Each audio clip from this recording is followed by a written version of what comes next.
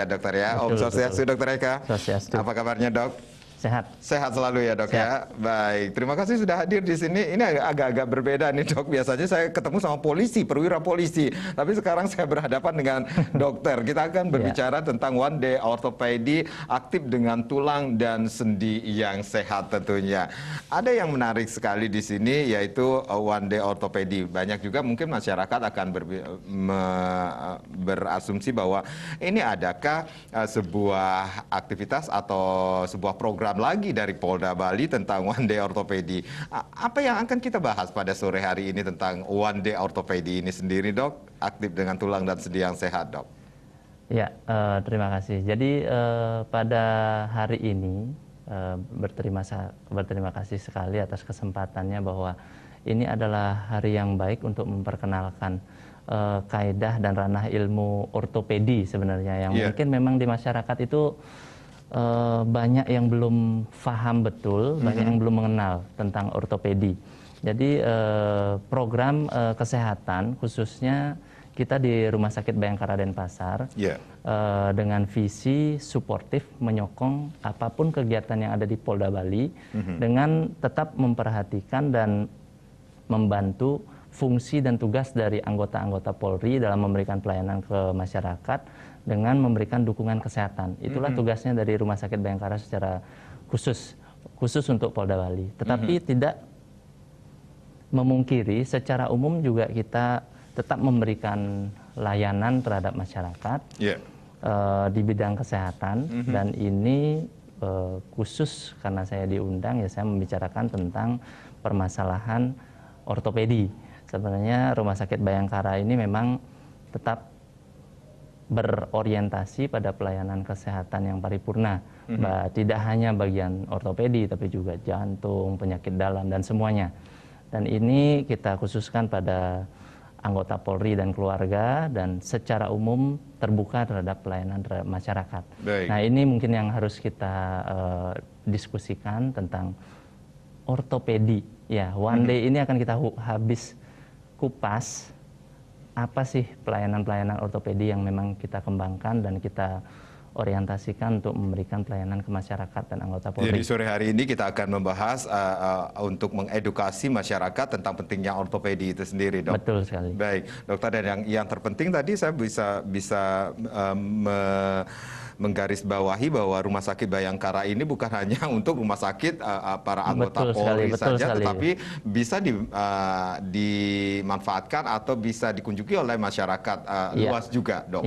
Baik, Dokter Eka, kita rehat sejenak, nanti kita akan bahas lagi tentang topik kita One Day Orthopedi, aktif dengan tulang dan sendi yang sehat. Pemirsa jangan kemana-mana, di sesi berikutnya kita akan lanjutkan lagi perbincangan One Day Orthopedi, aktif dengan tulang dan sendi yang sehat, dan nanti kami juga akan mengajak Anda untuk berpartisipasi di 0361 894 8400 dan juga di 0361 894 8401 sesaat lagi.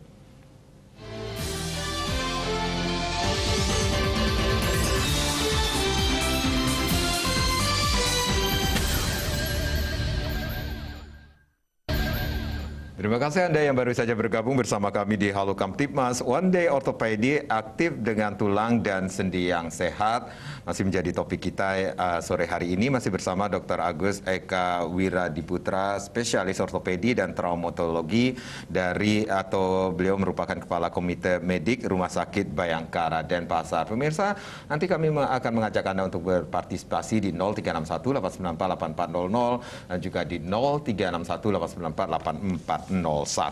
Baik, Dokter Eka, kalau kita berbicara tentang ortopedi, mungkin pemikiran masyarakat ataupun saya hanya berpikiran tentang tulang. Nah, seperti itu. Sebenarnya apa yang dimaksud dengan ortopedi ini sendiri, dok?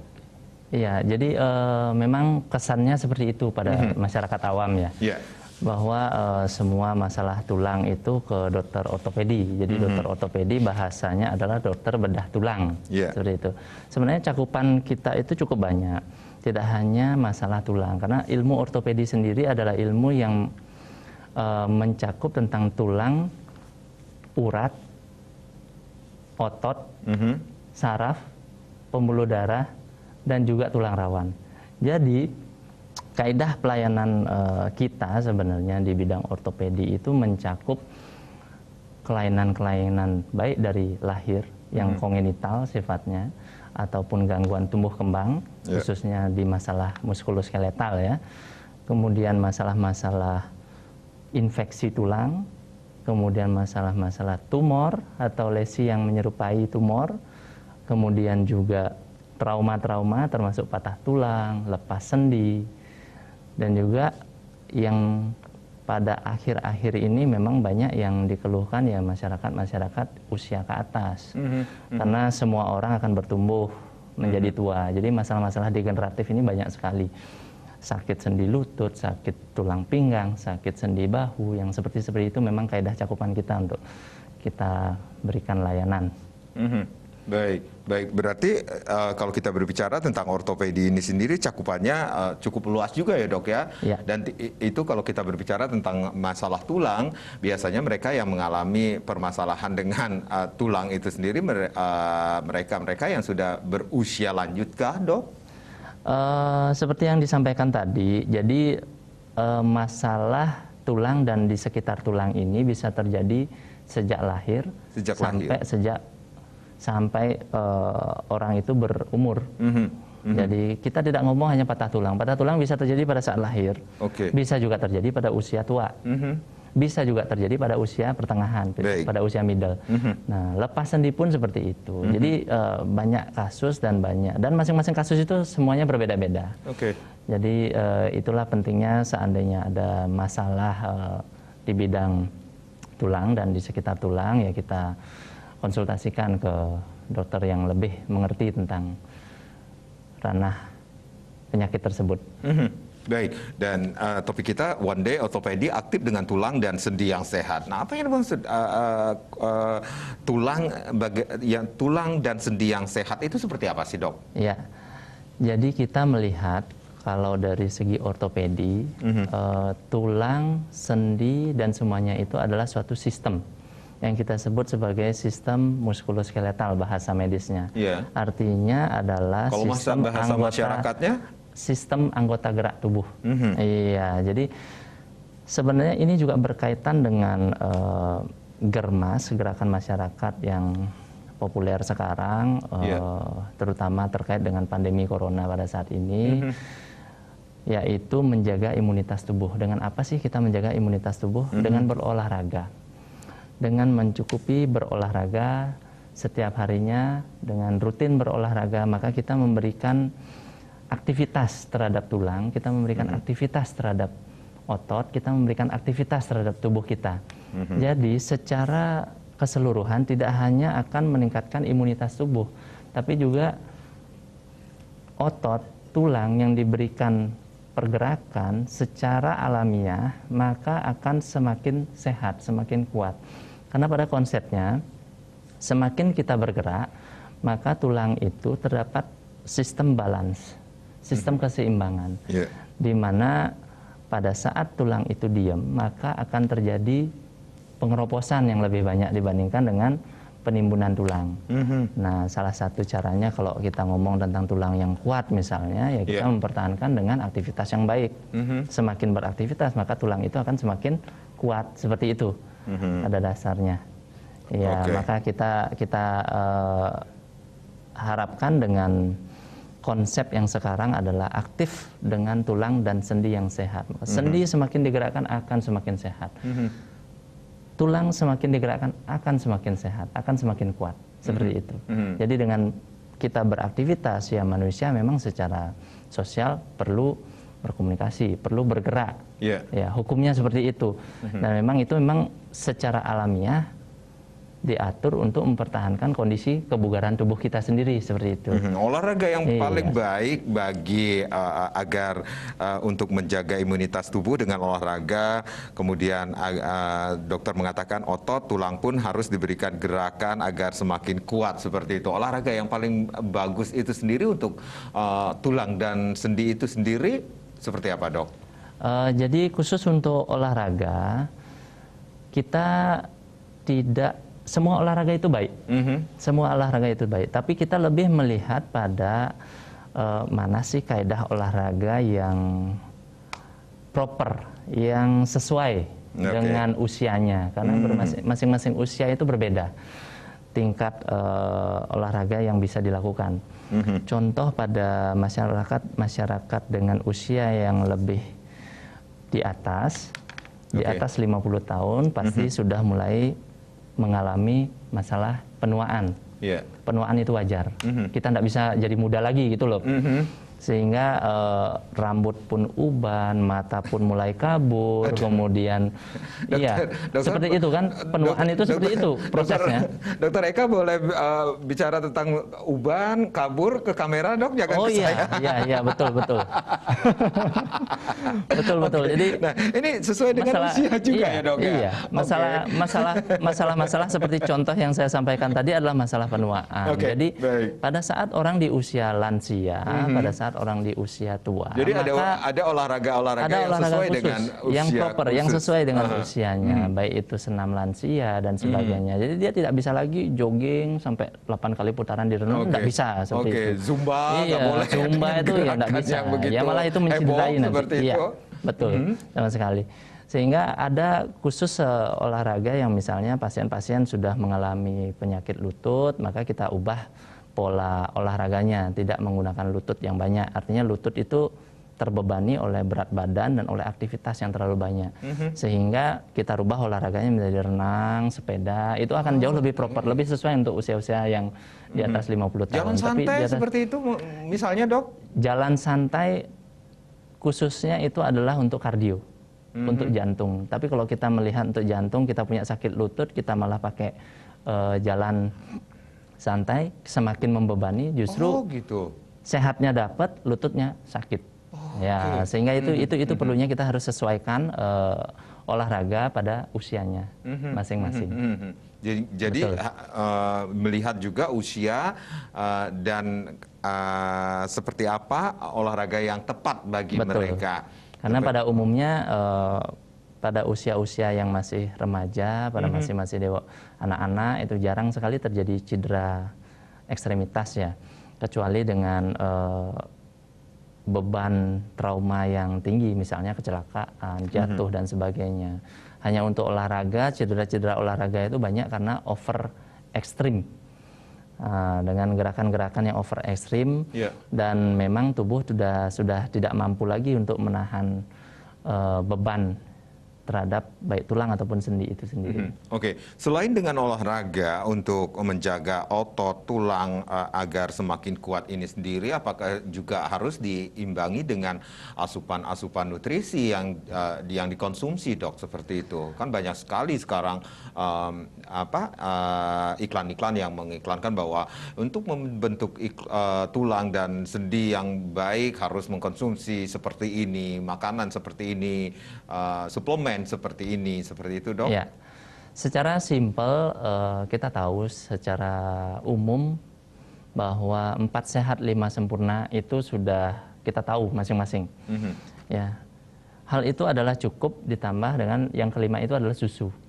Ya, kenapa susu itu penting? Selain dia ada kalsium, juga ada mineral-mineral lain dan itu sifatnya adalah nutrisi tambahan terhadap tubuh. Dan sebenarnya kalau kita berbicara tentang kekuatan tulang, maka kekuatan tulang itu dikejar pada saat usia pertumbuhan tulang. Pada saat usia tulang itu sudah tidak bertumbuh, maka suplemen yang kita berikan pada umumnya tidak akan berfungsi dengan baik, kecuali pada kasus-kasus tertentu. Contohnya di atas usia, kita menutup pertumbuhan tulang itu di sekitar 16 sampai 18 tahun ya. 16 sampai 18 tahun sudah mulai tertutup tulang itu. Iya, jadi kalau yang mau tambah tinggi udah nggak bisa lagi. Sekarang saya udah nggak bisa lagi ya, Dok ya. Sudah nggak bisa. Betul. Jadi nutrisinya kalau bagus, nutrisi kalsium, nutrisi-nutrisi lain dan juga aktivitasnya, itu akan bagus sekali kepadatan tulangnya. Baik. Sudah ada Putu Ari dari Denpasar yang sudah bergabung bersama kita sore hari ini. Om Swastiastu. Selamat sore, Putu Ari. Swastiastu. Nggih, durus. Niki mau ada yang ditanyakan dengan Dokter Eka. Iya, durus, silakan. Nggih. Niki yang punya suami. Dulu kan senang olahraga, sepak bola. Nah, pernah terjadi keselio di kakinya. Nah sekarang setelah mungkin karena bertambah. Aduh, Ibu Putuari mungkin pulsanya tidak cukup untuk nelpon, bisa ditelepon dulu kembali ya Ibu Nge, nanti kita lanjutkan lagi. Dan silakan Anda yang ingin bergabung bersama kami, lain sudah kami buka kembali di 0361894400 dan juga di 0361894401. Khusus untuk Ibu Putuari, silakan hubungi kami kembali nge, karena belum bisa menangkap apa yang sebenarnya terjadi nge. Baik, Dokter Eka bisa dilanjutkan lagi dengan topik kita tadi. Nutrisi-nutrisi yang tadi kita butuhkan pada saat setelah usia pertumbuhan tulang pada kondisi-kondisi tertentu. Contohnya pada saat ibu hamil, ibu menyusui, pada saat menstruasi, ini khusus pada wanita ya. Kemudian pada kasus-kasus cedera atau patah tulang. Nah, di sana terdapat kebutuhan kalsium yang tinggi, sehingga memang diperlukan suplementasi kalsium apapun bentuknya. Jadi kalsium itu bisa dari makanan, bisa dari tablet, bisa dari susu, macam-macam bentuknya, dan memang digunakan seefektif mungkin pada saat memang tubuh itu membutuhkan. Dan itu juga dipengaruhi oleh kondisi tubuh kita, apakah bisa menerima dengan baik asupan itu atau tidak. Seperti itu. Sudah ada Ibu Ayu dari Denpasar yang bergabung. Om Swastiastu, selamat sore Bu Ayu. Om Swastiastu, selamat sore. Selamat sore Bu Ayu, silakan Ibu, ada yang ingin ditanyakan Iki.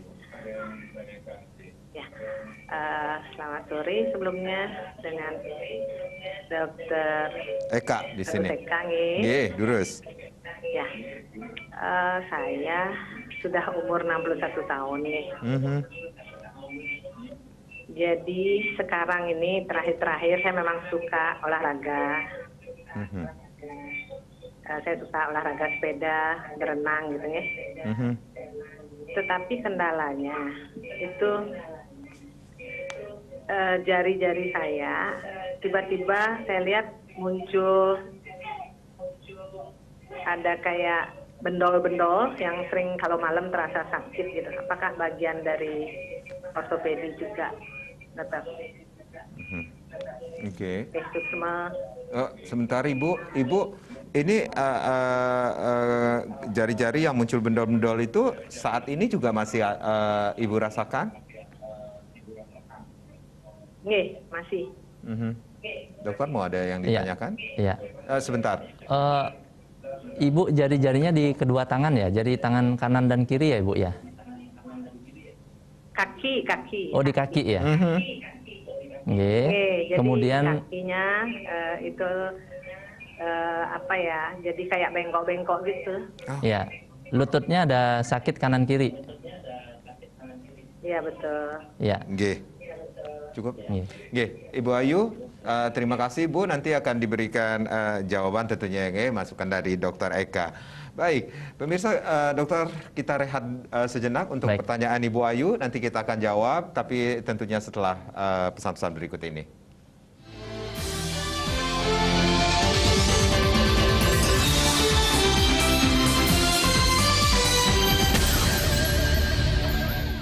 Ya, kita masih dalam Halo Kamtipmas, One Day Ortopedi, aktif dengan tulang dan sendi yang sehat. Masih bersama Dr. Agus Eka Wiradiputra, spesialis ortopedi dan traumatologi dari Rumah Sakit Bayangkara Denpasar. Beliau merupakan Kepala Komite Medik Rumah Sakit Bayangkara Denpasar. Silakan, lain sudah kami buka kembali. Anda bisa bertanya kembali tentang topik kita, seputaran topik kita, atau mungkin saat ini Anda mempunyai permasalahan, masih ada hubungannya dengan topik kita pada sore hari ini. Ada Wenten Sri Empu Niki dari Tabanan yang sudah bergabung. Om Swastiastu. Nggih, Swastiastu. Swastiastu, Sri Empu. Nggih. Durus. Yang Sri Empu saking Tabanan niki. Nggih, durus. Yusan tiang mungkin 70 tahun. 70. Susu napi becek na sani minum serimpu mawinan serimpu tugasan mukut yadnya selesai sampun masila sampun itu Pak Dokter. dokter? Nggih. Ada yang ingin Sehari-hari ditanyakan? hampir yang melaksanakan aerobik paling sekilo setiap pagi itu sampun itu. Keluhannya ring lutut, saya merasa sakit mungkin sampun itu. Nggih, nggih. Nggih, sampun itu. Nika mantan nggih. Nggih, Suksema suksema, Srimpu. suksema. Nggih, suksema sampun bergabung niki. Baik, kita jawab dulu pertanyaan dari Ibu Ayu dari Denpasar niki dengan usia 61 tahun. Hobi atau bisa dikatakan ini aktivitas Ibu Ayu juga masih tetap dengan bersepeda, berenang dengan usia 61 tahun itu masih bolehkah, Dok? Ya, dengan Ibu Ayu ini boleh, sangat-sangat boleh ya. Di usia 61 tahun dengan bersepeda ataupun berenang itu baik sekali sebenarnya untuk mempertahankan sendi, tapi mendapatkan kebugaran yang lebih ya dibandingkan kita jogging di usia sekian itu ya cepat membebani lutut, yang terjadi malah komplikasi di lutut, sakit sendi lututnya. Nah, terkait dengan masalah Ibu Ayu tadi bahwa terdapat benjolan di kaki ya. Jadi kita harus melihat apakah apa sih sumber benjolannya. Sumber benjolan dan bengkok itu masing-masing banyak penyebabnya. Seperti saya bilang, bisa saja kasus infeksi bisa, kemudian bisa saja karena tumor bisa saja karena penyakit-penyakit degeneratif atau penyakit penuaan sendi itu bisa. Kemudian penyakit-penyakit yang lain yang metabolik itu bisa, seperti asam urat, ya. Kemudian penyakit-penyakit yang menyerang imunitas tubuh itu juga bisa, seperti rematik. Jadi kalau kita ngomong tentang penyakit sendi, biasanya yang diketahui masyarakat itu kalau ndak asam urat ya rematik, kan begitu ya. Sebenarnya tidak sesimpel itu. Jadi yang kita sebut asam urat apabila kadar asam uratnya di atas 6. Kemudian dengan memberikan keluhan tertentu. Kemudian kalau kita bilang rematik, ya penyakit rematik itu justru adalah suatu penyakit imunitas. Jadi dia menyerang tubuh sendiri, sel-sel kita, sel pertahanan tubuh kita itu menyerang tubuh kita sendiri dengan menyebabkan komplikasi, yaitu kerusakan sendi. Nah, pada akhir tahap dari kerusakan sendi itulah yang kita sebut sebagai bengkok. Nah, jadi untuk kasus Ibu Ayu ini maka perlu ditelaah lebih lanjut bahwa boleh berkonsultasi dengan dokter-dokter bedah tulang di sekitarnya yang terdekat untuk mengetahui penyebabnya apa. Setelah kita tahu penyebabnya baru bisa kita tangani dengan baik. Jadi yang seperti ini belum tentu ya obatnya operasi, ya belum tentu seperti itu. Kalau memang asam uratnya yang bermasalah ya kita turunkan dulu kadar asam uratnya, tentunya dengan resep dari dokter. Kemudian kalau memang penyakit-penyakit yang lain seperti infeksi atau ada tumor atau ada hal-hal lain di sana, ya memang perlu mendapatkan perhatian khusus. Nah, yang paling simpel adalah penyakit-penyakit degeneratif, tetapi sangat susah untuk mengobati penyakit degeneratif ini karena ya kita tidak bisa melihat lagi bahwa usia kita kembali ke usia muda, itu tidak bisa. Tulang kita atau sendi kita minta di usia pada saat kita muda sangat aktif sekali, itu tidak bisa. Pada suatu saat kita akan ada pada tahap penuaan, ada pada tahap kita penurunan fungsi semua sel-sel tubuh kita, termasuk fungsi tulang dan fungsi sendi. Sehingga itu yang kita harapkan nanti pada masyarakat yang memang membutuhkan konsultasi lebih lanjut, maka dokter-dokter bedah tulang saya pikir mapping dari kolegium kita, dari Persatuan Ahli Bedah Ortopedi se-Indonesia, khususnya di Bali, itu sudah sangat mencukupi bahwa semua kabupaten sudah ada dokter bedah tulang. Mungkin Ibu Ayu tadi asalnya dari mana, mohon izin? Dari Denpasar. Dari Denpasar ya, apalagi Denpasar itu banyak sekali dokter bedah tulang ya. Bisa sambil berkonsultasi dulu untuk mengetahui underlying disease-nya apa, penyebabnya apa dulu, sehingga bisa ditangani dengan baik. Jadi intinya Ibu Ayu harus konsultasi terlebih dahulu untuk mengetahui apa sih sebenarnya penyebab dari yang dirasakan oleh Ibu Ayu, kemudian penanganannya yang akan diambil nantinya seperti apa, seperti itu, Dok? Iya, betul. Tetapi itu memang tidak akan mengubah pola hidupnya Ibu Ayu. Artinya dalam kondisi jari-jarinya ada bengkak atau bengkok atau ada tonjolan seperti itu ya, kalau dia sangat-sangat mengganggu aktivitas ya baru perlu penanganan khusus sekali ya yang seperti itu. Tapi secara umum ya hanya dengan keluhan seperti itu ya mungkin tetap bisa berolahraga, tetap bisa beraktivitas seperti biasanya ya. Seperti itu. Oke, selama atau sebelum berkonsultasi itu sendiri, hobi bisa dikatakan hobi Ibu Ayu itu bisa juga tetap dilaksanakan, tetap seperti bisa dilaksanakan. bersepeda, olahraga, berenang seperti itu, Dok. Ya. Baik, dokter tadi mengatakan bahwa penurunan sel-sel tubuh ini, apakah penurunan sel-sel tubuh pada setiap orang itu akan terjadi pada setiap orang? Jadi setiap orang akan bertambah tua.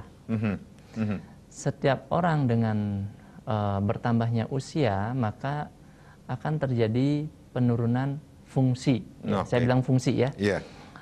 Fungsi itu bermacam-macam. Semua fungsi tubuh, terutama yang berkaitan dengan tulang dan sendi. Apa yang terjadi pada saat kondisi penuaan pada tulang? Paling gampang adalah pengeroposan tulang.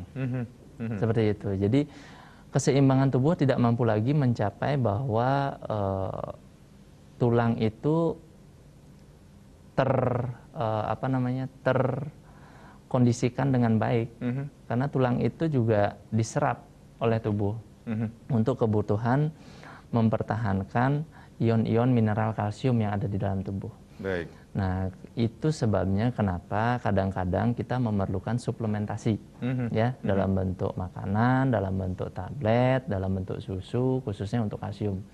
Nah, khusus untuk masalah sendi, yang paling sering kena pada usia tua adalah tulang belakang, kemudian sendi lutut, dan juga sendi engkel. Ya. Kenapa? Karena tubuh itu menahan atau menopang beban itu memang di ruas tungkai di tulang belakang, sendi panggul, sendi lutut, dan sendi engkel. Gitu. Jadi beban tubuh itu ada di sana. Sehingga mana yang mendapatkan beban lebih pada saat usia tua dia akan lebih cepat untuk mengalami penuaan sendi. Baik. Nah, tanda-tanda penuaan sendi itu ya kalau di lutut ya paling simpel saya contohkan ya ada pembengkakan di sekitar lutut, kemudian rasa nyeri, kemudian teraba hangat, kemudian sampai ke gangguan gerak di sana. Ya.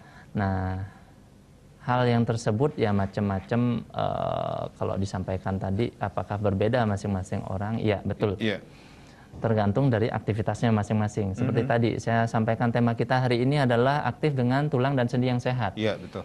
Orang dengan komponen tulang yang sama belum tentu di usia 50 tahun dia akan memiliki komponen tulang ataupun kekuatan tulang dan fungsi sendi yang baik. Itu tergantung dari aktivitas masing-masing. Baik, apakah juga di masa mudanya atau lifestyle juga bisa mengakibatkan seseorang akan merasakan penurunan fungsi sel-sel tubuh itu akan lebih cepat lagi, Dok? Ya, betul.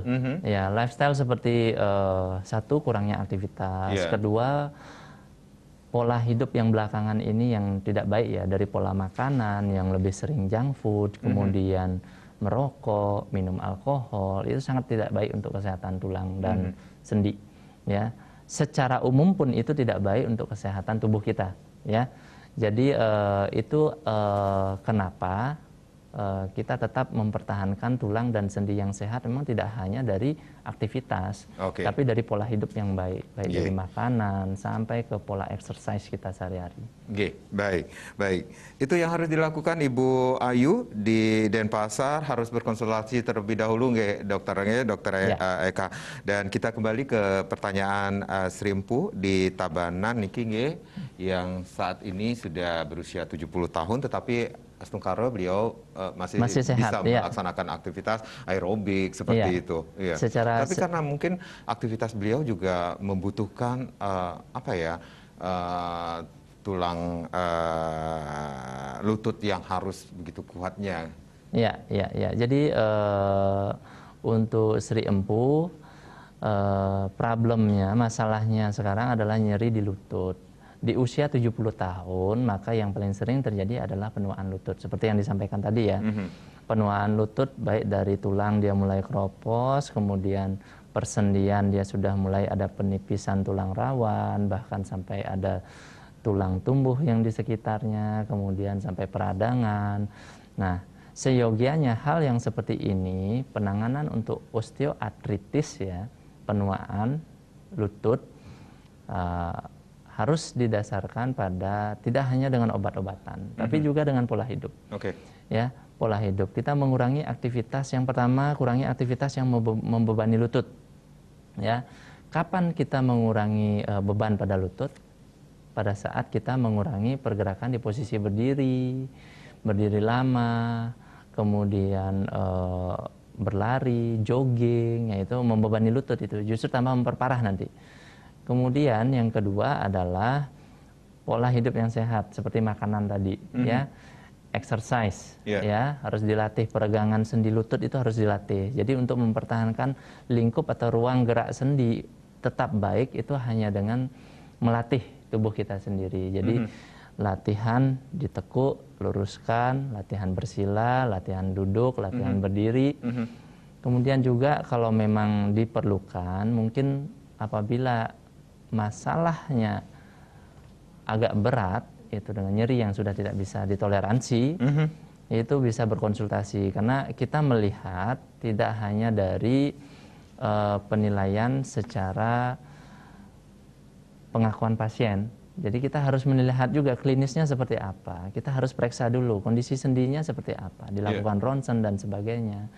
Memang ada tahapan, di tahap 1 dan 2 dari proses penuaan lutut itu masih ada tempatnya untuk bantuan obat-obatan. Obat-obatan itu bisa dari obat minum, sampai obat salep, sampai obat suntik, seperti itu ya. Nah, obat itu yang diperlukan seperti obat suntik pun macam-macam. Obat minum pun macam-macam. Salep pun juga bisa macam-macam. Ya, yang itu yang disesuaikan dengan keluhannya Sri Empu nanti, ya, setelah berkonsultasi. Nah, kemudian kalau di tahap yang selanjutnya, di tahap ketiga dan keempat, nah ini yang problem. Kadang-kadang bahkan dengan obat pun itu tidak memberikan hasil yang optimal, tidak memberikan hasil yang baik, sehingga perlu penanganan-penanganan yang lebih untuk di sana.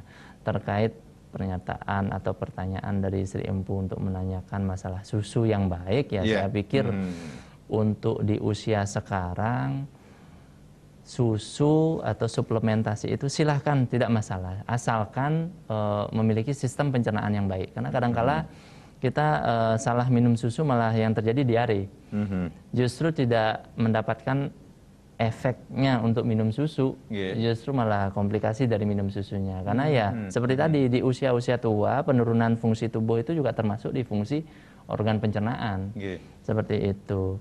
Kalau memang perlu kalsium atau perlu obat-obatan suplemen yang lain, dipersilakan suportif untuk obat-obatan yang di lutut, yang sifatnya untuk membantu menyehatkan lutut. Jadi dengan usia beliau yang saat ini, kemudian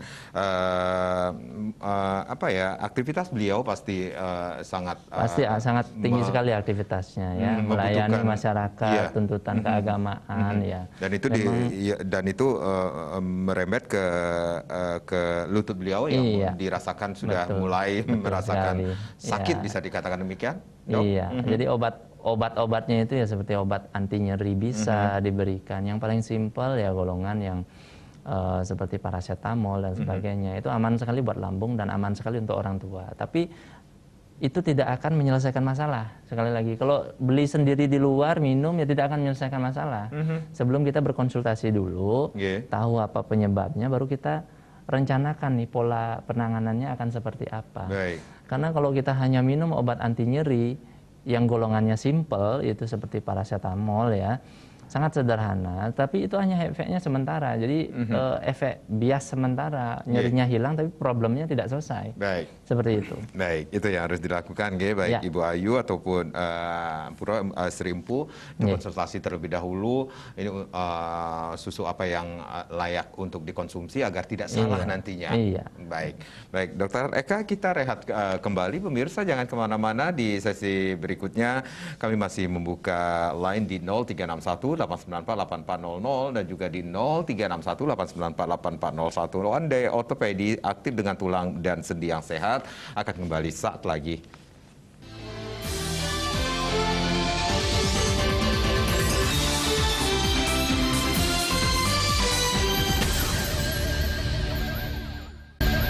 Ya, di sesi yang terakhir ini, One Day Ortopedi aktif dengan tulang dan sendi yang sehat masih menjadi topik kita pada sore hari ini di Halo Kamtibmas. Masih bersama Dr. Agus Eka Wiradiputra, spesialis ortopedi dan traumatologi. Beliau merupakan Kepala Komite Medik Rumah Sakit Bayangkara Denpasar. Silakan, line sudah kami buka kembali. Anda bisa bertanya lebih banyak lagi tentang topik kita pada sore hari ini di sesi yang terakhir di 0361 894 8400 dan juga di 0361 894 8401. Mungkin Dr. Eka, apa yang disampaikan oleh Ibu Ayu, kemudian Sri Empul yang di Tabanan Niki, kemudian mungkin terputus tadi Ibu Putu Ari yang menyampaikan suaminya yang sedang main sepak bola, mungkin ada hubungannya dengan, ya kalau saya bisa meraba-raba, ini pasti ada hubungannya dengan tulang ya. Iya. Nah, ini harus dikonsultasikan terlebih dahulu ke fasilitas kesehatan untuk mendapatkan penanganan yang tepat tentunya. Ya. Jadi sepertinya masalah suami dari Ibu Putu Ari itu adalah cedera olahraga awalnya. Iya. Cedera awal olahraga ini adalah hal yang umum terjadi pada orang-orang yang suka berolahraga ya. Yeah. Cuma penanganannya pada saat awal-awal cedera ini harus tepat, harus optimal sehingga tidak menimbulkan komplikasi yang sifatnya kronik. Yeah. Artinya terjadi komplikasi di kemudian hari. Yeah, baik. Kita ke Kelungkung nih, Ki. Ada Wayan Dike dari Nusa Penida yang sudah bergabung. Om Swastiastu. Selamat sore, Pak Wayan Dike. Selamat sore. Nggih, durus Pak Wayan Dike. Ya, mau tanya ini sama dokter ortopedi.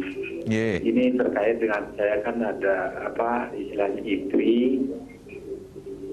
Ini dulu pernah juga jatuh dengan ketinggian sekitar 9 meter dari tebing.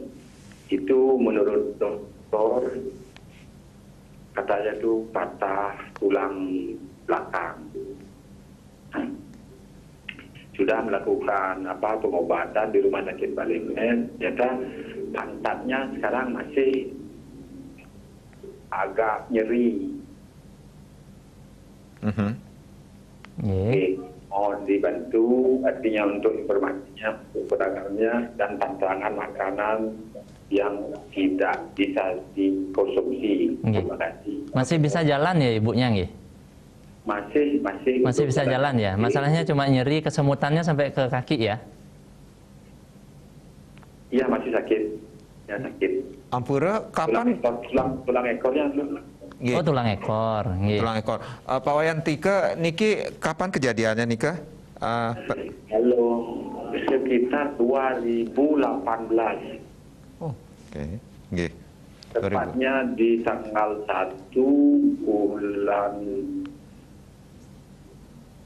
27 bulan Januari 2018. Nggih, baik. Patah tulang ekor berarti nggih? Nggih. Nggih, baik. Baik, suksema Pak Wayan Dike di Nusa Penida. Ini ada kasus seperti yang dialami istri dari Pak Wayan Dike niki sendiri, Dok? Nggih. Jadi kesimpulannya tadi adalah patah tulang ekor ya, karena jatuh dari tebing. Cuma memang harus dipastikan apakah hanya patah tulang ekor atau ada yang lainnya, karena saya tidak yakin kalau hanya 9 meter itu hanya patah tulang ekor. Apakah mungkin aja nanti ada patah atau cedera-cedera di tempat yang lain. Tapi kita berfokus pada patah tulang ekor, pada permasalahannya. Khusus untuk patah tulang ekor, dia memang masalahnya adalah nyeri. Dia tidak akan memberikan masalah gangguan jalan, gangguan motorik bahasanya. Itu biasanya normal berjalan. Okay. Tapi problemnya adalah pada saat duduk dia nyeri. Pada saat ditekan tulang ekor itu, pada saat kita duduk dia nyeri. Jadi memang di awal sebenarnya solusinya adalah menggunakan bantal donat ya untuk membantu menopang pada saat kita duduk. Artinya tidak bersentuhan langsung tulang ekor itu terhadap kursi atau tempat duduk yang kita gunakan. Oke, bantal donat itu bantal yang di dalamnya lubang, kosong. Iya, jadi di pinggirannya bentuknya seperti itu donat, seperti itu. seperti donat. Oke. Kemudian yang kedua, ini masalahnya adalah pain yang kronik, nyeri yang kronik. Di ortopedi sendiri, Persatuan Ahli Bedah Ortopedi Indonesia sendiri sudah mengembangkan pain intervention. Jadi intervensi untuk penanganan nyeri-nyeri kronis yang seperti ini. Jadi ya alangkah baiknya untuk kasus-kasus seperti ini masih bisa dilakukan tindakan dengan manajemen nyeri ya. Manajemen nyeri itu bisa dari obat minum, bisa dari obat infus, bisa sampai obat suntik. Nah, khusus untuk intervensi, khusus untuk obat-obat yang suntik ini mungkin dilokalisasikan di area di tempat adanya patah tulang tersebut. Tujuannya memang untuk membantu satu mengurangi nyeri. Dengan nyerinya berkurang, maka aktivitas ibu pasti akan jauh lebih baik. Kemudian ibu juga akan lebih nyaman. Dan mengurangi konsumsi obat yang sifatnya menguras lambung sehingga memberikan komplikasi lebih jelek terhadap tubuh. Cuma saja memang hal ini sangat sulit diatasi karena sifatnya sudah kronik, karena sudah lama. Ya, jadi seyogianya tetap akan berkonsultasi ke dokter-dokter bedah tulang yang terdekat. Saya pikir di Nusa Penida ya, area Kelungkung juga sudah ada dokter bedah tulang di sana yang juga memang mengembangkan untuk manajemen nyeri untuk hal-hal seperti ini. Seperti itu. Dan mungkin ini pertanyaan Pak Tike sendiri, ada nggak sih hal-hal atau makanan-makanan yang harus dihindari seperti itu, Dok? Ya, kalau makanan saya pikir nggak ada hubungannya kah? Nggak ada hubungan. Karena makanan semasih ya, kita kembali ke topik awal ya, saya sebutkan 4 sehat 5 sempurna. Makanan-makanan yang memang baik untuk tubuh kita. Jadi semua kebutuhan nutrisi, mineral, dan apapun itu untuk asupan kita sudah cukup dengan makanan 4 sehat 5 sempurna itu. Cuma saja suplementasi ya obat-obatan atau vitamin atau hal yang lain-lain seperti susu dan sebagainya memang diperlukan pada hal-hal khusus saja. Oke, baik. Dokter, apa yang harus dilakukan untuk menjaga kesehatan tulang dan sendi kita agar tetap sehat, Dok? Tetap beraktivitas dengan baik, tetap menjaga pola hidup dengan baik, tetap berolahraga, tetap memberikan gerakan-gerakan yang tujuannya untuk mempertahankan kekuatan tulang dan juga mempertahankan ruang gerak sendi untuk tubuh. Jadi di dalam tubuh yang sehat terdapat jiwa yang sehat, begitu ya, mens sana in corpore sano. Jadi juga sifatnya bisa aja orang dengan psikis yang tidak baik itu juga bermasalah gitu loh. Baik. Masalah sendi dan tulang ya, seperti itu. Yang pastinya dengan memperhatikan usia juga ya, Dok. Betul. Ya, olahraga apa yang cocok tentunya. Harus proper, harus sesuai. Oke, baik. Dokter Eka, terima kasih sudah sharing. Mudah-mudahan apa yang kita perbincangkan pada sore hari ini memberikan manfaat bagi pemirsa dimanapun saja berada. Saya Made Sukuden Karang mengucapkan terima kasih. Kita berjumpa lagi di lain kesempatan. Om Santi Santi Santi Om.